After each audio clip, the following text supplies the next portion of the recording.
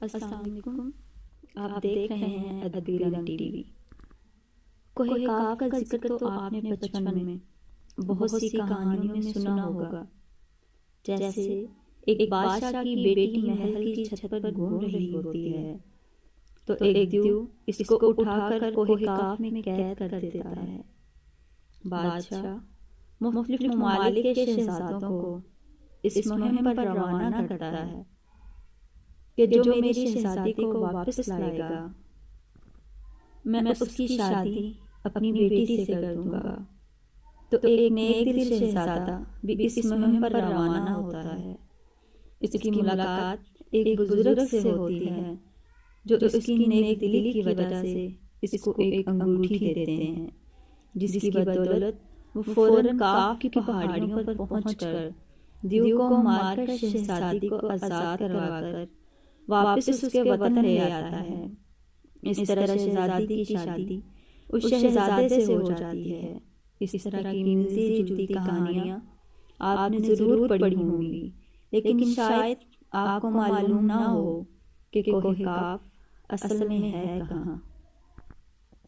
مزید آگے بڑھنے سے پہلے آپ سے گزارش ہے کہ ہمارا چینل ادبی رنگ ٹی وی سبسکرائب کر لیں اور گھنٹی کا بٹن دبائیں تاکہ ہر آنے والی ویڈیو آپ تک پہنچ سکے۔ لیں جی، آپ کو کچھ دلچسپ معلومات کوہ قاف کے متعلق دیتے ہیں۔ کوہ قاف، جس کو کوہ قفقاز بھی کہتے ہیں، بحیرہ اسود اور بحیرہ کسپین کے درمیان خطۂ قفقاز کا ایک پہاڑی سلسلہ ہے جو ایشیا اور یورپ کو جدا کرتا ہے۔ کبھی اس کا شمار روس میں ہوتا تھا، لیکن روس کے ٹوٹنے کے بعد اب یہ حصہ چچنیا میں شمار ہوتا ہے۔ کوہ قاف کے پہاڑی سلسلے کی بلند ترین چوٹی ماؤنٹ البروس ہے، جو 18,506 فٹ یعنی 5,642 میٹر بلند ہے۔ یہ واضح نہیں ہے کہ کوہ قاف کا سلسلہ یورپ میں ہے یا ایشیا، اس لیے کہ کوہ قاف کا پہاڑی سلسلہ کافی طویل ہے، جو کہ تقریباً 1100 کلومیٹر لمبا اور 160 کلومیٹر چوڑا ہے۔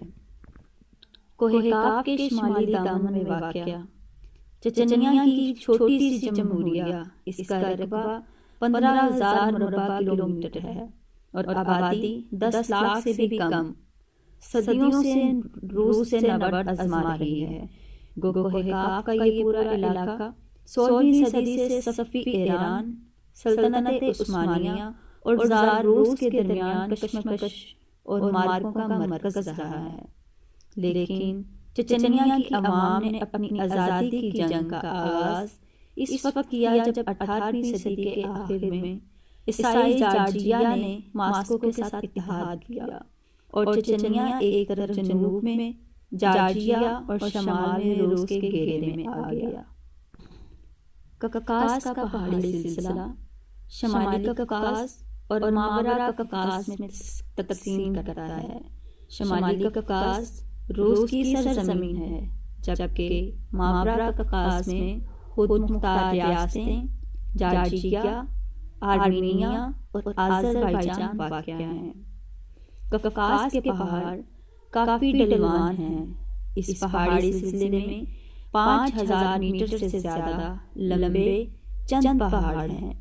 سب سے اونچے پہاڑ ایلبروس اور کازبیک ہیں، جن کی بلندی بالترتیب 5,642 اور 5,033 میٹر ہے۔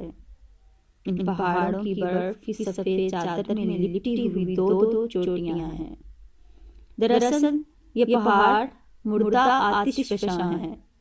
پہاڑوں کی مخروط شکل ڈھلوانوں پر گرم گیسوں کا اخراج اور معدنی پانی کے سرچشمے آتش فشانوں کے گزرے وقت میں پھٹنے کی یاد دلاتے ہیں۔ اس علاقے میں معدنی پانی کے سرچشموں کی بہتات ہے۔ سب سے مقبول سرچشموں کے نام نارزان، برزومی اور یاسین توکی ہیں۔ ان کے قریب مشہور صحت گاہیں اور تفریحی مقامات واقع ہیں، جہاں روسی لوگ سویت زمانے سے آرام و تفریح کرنا پسند کرتے ہیں۔